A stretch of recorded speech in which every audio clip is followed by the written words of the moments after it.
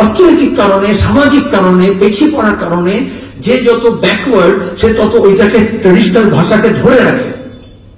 আর আমরা যাকে নিজেরা বলি যে যত অ্যাডভান্স, আমরা বলি গ্রাম্য কথা বলছি, গেঁয়ো কথা বলছি, কিরকম উচ্চারণ করছে, আমাদের একটা স্ট্যান্ডার্ডাইজ থাকে।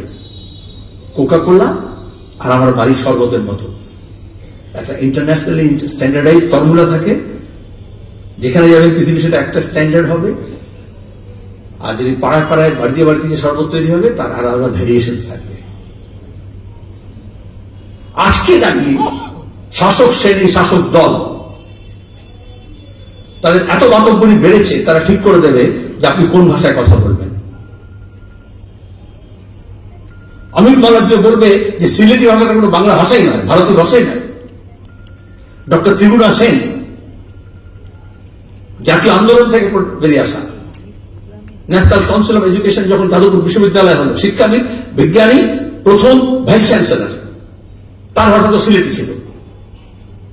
বিপিন চন্দ্র পাল, আমরা যে লাল বাল পাল বলি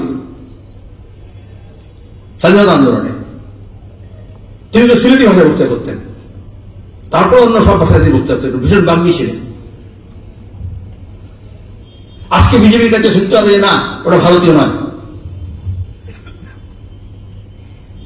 আর সেটাকে তৃণমূল কংগ্রেস হিন্দিতে বলে ভোট দিলে ভুলানা, যেমন ছোড়া বাজে না, সেরকম এই সাম্প্রদায়িকরণ যেটা ভাষা হচ্ছে সেটাকে নিয়ে এখন ছোড়া হচ্ছে।